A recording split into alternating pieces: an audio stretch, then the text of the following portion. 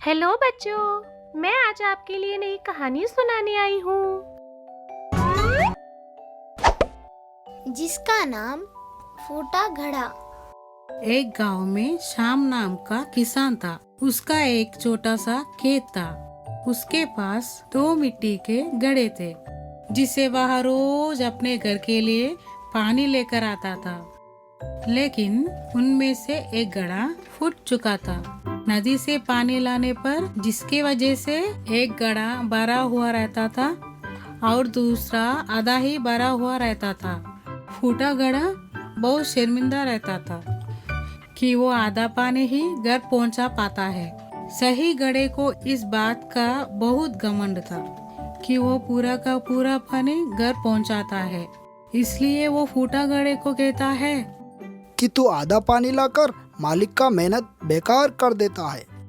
ये सुनकर फूटे घड़े को बहुत दुखी होता है। इस तरह दोनों घड़ों के बातें सुनकर श्याम फूटे घड़े को कहता है, तुम सिर्फ अपनी बुराई देख रहे हो, पर मैं शुरू से ही उस बुराई के साथ छिपी अच्छाई को भी देख रहा हूँ।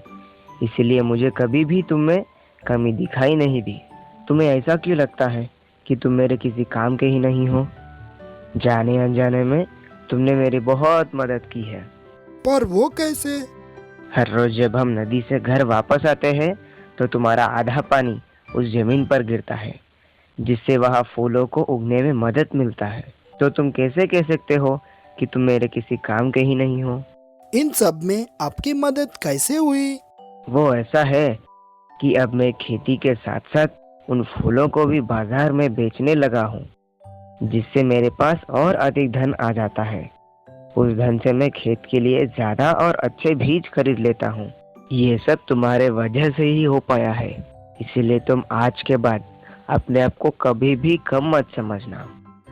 सीख, हमें कभी भी किसी के हुनर का मजाक नहीं बनाना चाहिए, बल्कि उसकी अच्छाई को ढूंढकर उसे और निखरना चाहिए।